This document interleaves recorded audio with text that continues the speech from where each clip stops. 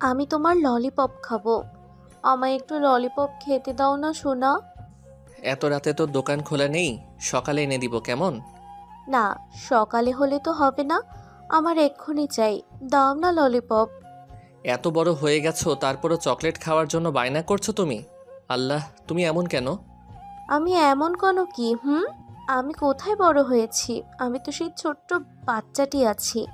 হুম, একদম innocent, cute পিচ্চি বাচ্চা। একদম তাই। এখন কথা বলো না তো।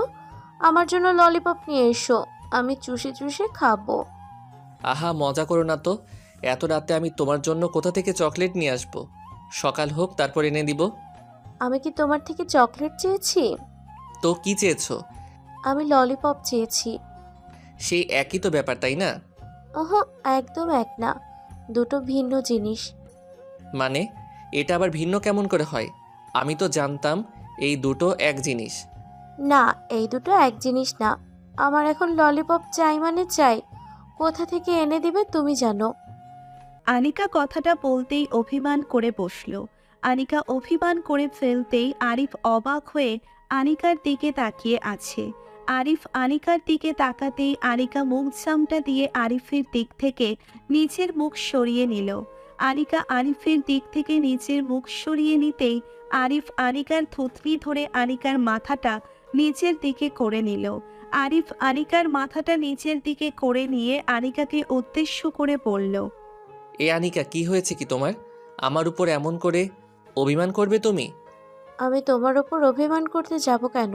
আমি কারোর ওপর অভিমান করিনি। আমি তোমার থেকে একটা ছোট জিনিস চাইলাম, আর তুমি সেটাই আমায় দিতে চাইছো না। আমার কাছে চেয়ে পাওনি, আজ অবধি এমন হয়েছে বলো? আমি তো বলেছি আমি দিব তোমায়, কিন্তু সকালে। এখন তো আমার কাছে ওটা নেই। ভালো করে তাকিয়ে বলো, তোমার কাছে নেই ওটা। আনিকার কথাটা শুনে আরিফ চমকে গেল। আনিকার কথার মানে আরিফ বুঝতে পারল না। আরিফের কাছে ললিপপ আছে বলতে আনিকা কি বোঝাতে চেয়েছে? আরিফের কাছে ললিপপ তো দূর, একটা চকলেটও নেই খাওয়ার মতো। আরিফ আনিকার দিকে কৌতূহলের দৃষ্টিতে তাকিয়ে পড়ল। আমার কাছে তো কোনো ললিপপ নেই, আমি ভালো করে দেখে বলছি। তাই নাকি? আচ্ছা, তাহলে এটা কি? ছি ছি, পাগল হয়ে গেছো নাকি তুমি? এসব কি করছো? ও মা, এটাকে স্পর্শ করেছি বলে ছি কেন বলতে হবে তোমায়? এটা আমার জিনিস, আর আমি আমার জিনিস ধরে দেখবো না? না, ধরবে না। আমি তোমায় বারণ করেছি, এসব জিনিস ধরা যাবে না। তুমি তো ভালো মেয়ে। ভালো মেয়েরা কি এসব করে? কে বললো আমি ভালো মেয়ে? তাছাড়া তুমি যখন আমার ওখানে ধরো, তখন তো আমি কিছু বলি না। তুমি কেন বলো? তুমি আমার থেকে কি চেয়েছো মনে আছে তোমার? হুম, মনে আছে তো। আমি তোমার থেকে ললিপপ চেয়েছি। কেন, কি হয়েছে? কিছু না, আমার কাছে তো সেটা নেই। এখন তুমি আমার এটাকে ধরে নিয়েছো কেন? একা আর ওটা কি এক জিনিস নাকি? একদম এক জিনিস। এটা হলো রাতের ললিপপ। রাতে ললিপপ খেতে ইচ্ছে হলে এটাকে খেতে হয়। আনিকা, এমন করছো কেন? আহা, একটা খুলে যাবে তো, প্লিজ এমন করো না। আরিফের কোনো কথা আনিকা যেন আজ শুনতেই পাচ্ছে না। আনিকা জোর করে আরিফের প্যান্টের হুক খুলে নিয়ে আরিফের প্যান্ট কোমর থেকে নিচে নামিয়ে ফেলল। আনিকা আরিফের প্যান্ট কোমরের নিচে নামিয়ে নিতেই আরিফের ওটা বাহিরে চলে আসলো। আরিফ আনিকার দিকে নিশ্চুপ হয়ে তাকিয়ে আছে। আনিকা আরিফের ওটা ধরে নিয়ে খেলতে লাগলো। আনিকার স্পর্শ আরিফের ওখানটায় পড়তেই আরিফের সারা শরীর কেঁপে কেঁপে উঠল। আরিফের সারা শরীর জুড়ে এক অজানা শিহরণ খেলে যেতে লাগলো আনিকার স্পর্শে। আনিকা আরিফের ওটা ধরে আরিফকে উদ্দেশ্য করে বলল, বাহ, তোমার এই ললিপপ দেখি সেই বড়। এত বড় ললিপপ নিজের কাছে রেখে বলো কি না তোমার কাছে আমার জন্য কিছু নেই? এটা কি ঠিক বলো? আনিকা, তুমি না দিন দিন ফাজিল হয়ে যাচ্ছ। আমি তোমায় বারণ করেছি এমন করতে না, তারপরও তুমি আমার সাথে এমন করো। আমি তো তোমার থেকে আমার পাওনা বুঝে নিচ্ছি। তুমি তো আমায় নিজে থেকে একটুও আদর করো না। আমি তোমায় নিজের থেকে কিছুই করতে পারবো না। ছেড়ে দাও না এখন। উফ। ছেড়ে দিতে কি আমি ধরেছি নাকি? আমি এখন এটাকে খাবো। চুষে চুষে খেয়ে তারপর ছাড়বো। আনিকা কথাটা বলতেই আরিফের ওটা নিচের মুখে পড়ে নিল। আরিফ আনিকার ওটা নিচের মুখে ভরে নিয়ে নিচ থেকে উপর করে চুষে খেতে লাগলো। আরিকার ঠোঁটের স্পর্শ পেয়ে আরিফার নিজেকে সামলাতে পারল না। আরিফ ব্যাকুল হয়ে গিয়ে পাগলের মতো করতে লাগলো। নিজের অজান্তেই আরিফের হাতজোড়া চলে যায় আনিকার চুলের পেছনে। আরিফের হাতজোড়া আনিকার চুলের পিছনে গিয়ে আনিকার মাথাটা ধরে শক্ত করে নিজের ওটার উপর চেপে ধরে ফেলল। আরিফ আনিকার মাথাটা নিজের ওটার উপর শক্ত করে চেপে ধরে মৃদু চিৎকার করে সুখ নিতে লাগলো। আনিকা আরিফার মুখ থেকে মৃদু চিৎকারের শব্দ শুনে আরো বেশি উন্মাদ হয়ে গেল। আনিকা উন্মাদ হয়ে গিয়ে আরো জোরে জোরে চুষে খেতে লাগলো। চুষে চুষে যেন আনিকা পাগল হয়ে উঠছে। আরিফ আর পারছে না নিজেকে ধরে রাখতে। আরিফ আনিকার মাথাটা ধরে আনিকাকে নিজের বুকে টেনে নিয়ে আসলো। আনিকা আরিফের বুকের ওপর আসতেই আরিফ আনিকাকে উদ্দেশ্য করে বলল, এবার খেয়েছো তো তোমার চকলেট? কেমন লাগলো চকলেট খেতে? উফ, এই চকলেটটা এত মিষ্টি কেন? আমি পাগল হয়ে গেছি এই মিষ্টি খেয়ে। তোমার জন্য স্পেশালভাবে বেশি মিষ্টি দিয়ে বানিয়ে নিয়ে এসেছি, তাই এত মিষ্টি। তাই গো, আহ, ইচ্ছে হয় সারা দিন রাত ধরে এই ললিপপ খেতে থাকি, নিজেকে আরো বেশি ব্যাকুল করে শুয়ে খেতে থাকি এটা। তোমার ঠোঁটের পরশ পেয়ে যে আমি আর নিজের মধ্যে থাকতে পারিনি। আমি পাগল হয়ে গেছি আনিকা, পাগল। তা পাগল হয়ে থাকলে কি চলবে বলো? পাগল হয়ে কিছু তো করতে হবে নাকি? পাগল হয়ে কি করব বলো? আমি তো কিছু করতে জানি না। কেন জানো না? আমি তো দেখছি তুমি সব কিছু করতে জানো, শুধুমাত্র আমায় বলছো না কিছু। আমি তোমাকে সব বলছি, এখন একটু করে সরে যাও, আমাকে কাজ করতে দাও। কি কাজ গো?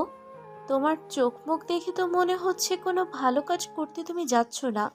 ভালো কাজ করতে যাচ্ছি না মানে? আমি সুপারহিট কাজ করতে যাচ্ছি, দেখতে থাকো শুধু। আরিফ কথাটা বলতেই আনিকা আরিফের বুকের উপর থেকে উঠে পড়ল।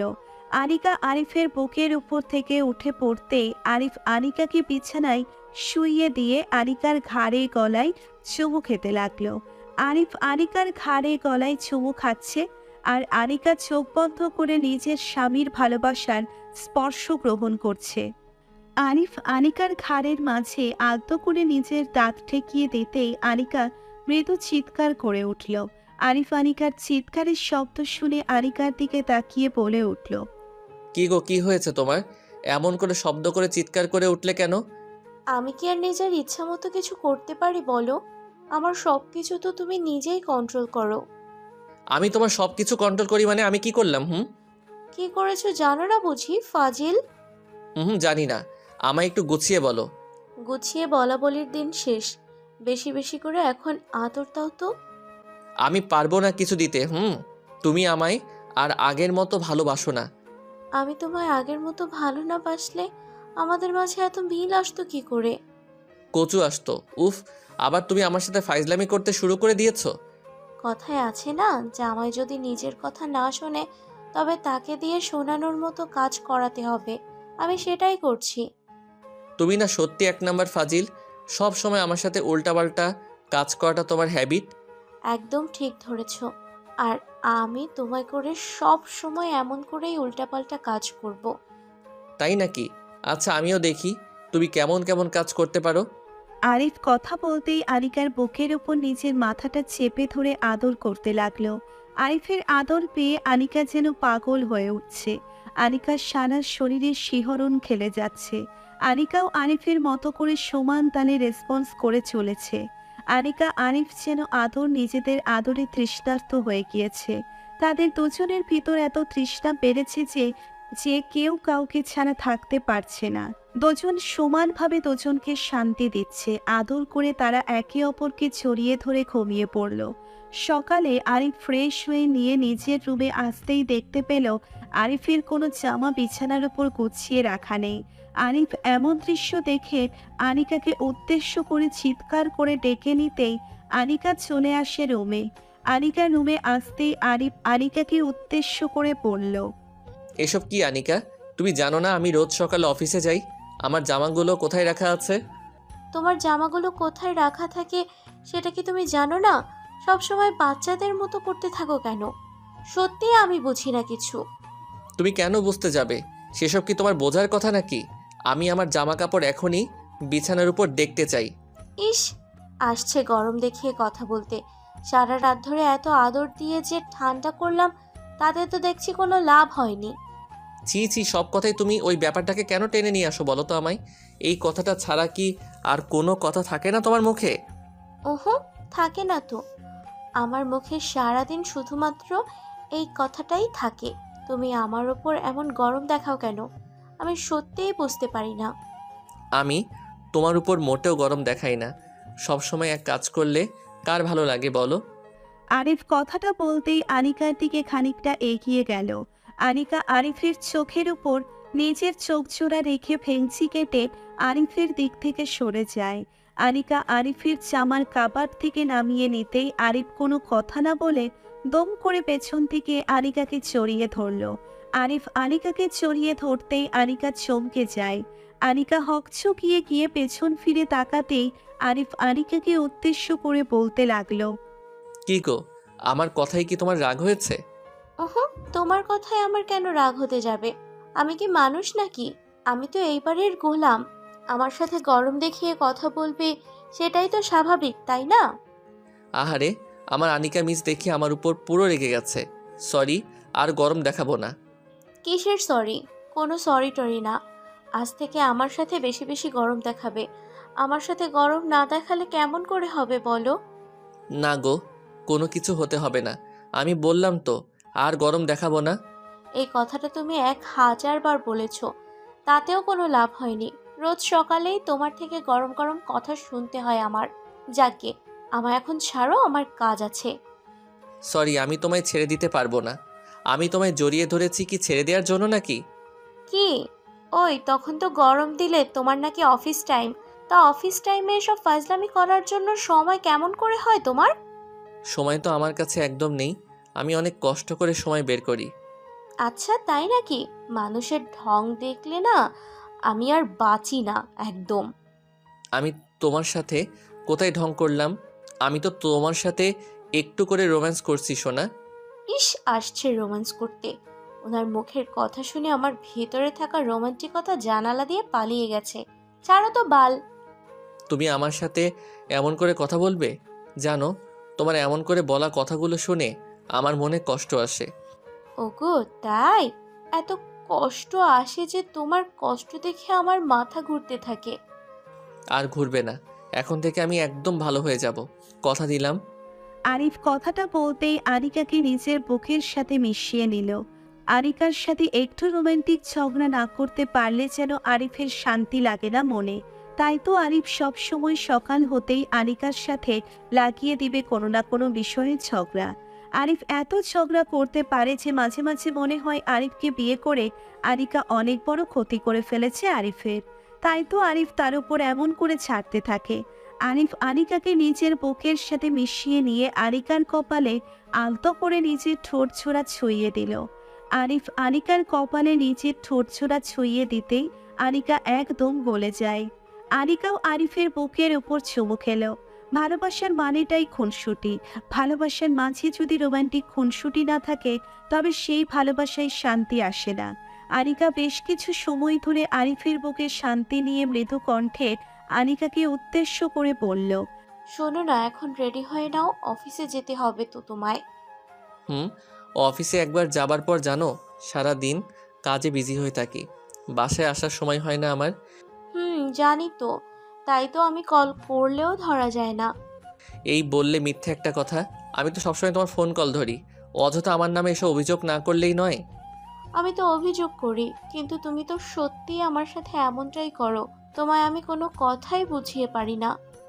আচ্ছা ঠিক আছে, আর বোঝাতে হবে না। এবার সত্যি সত্যি আমার লেট হয়ে যাচ্ছে। আসছি আমি। ঠিক আছে। আর শোনো, সাবধানে থাকবে। আর আমার জন্য অনেকগুলো চকলেট নিয়ে আসবে। আনিকা কথাটা বলতেই মুচকি একটা হাসি দিল। ভালোবাসা সত্যিই সুন্দর। বেঁচে থাকুক আরিফার আনিকার মতো ভালোবাসা বলো। অমন হয়ে থাকুক তাদের হৃদয়ের বন্ধন।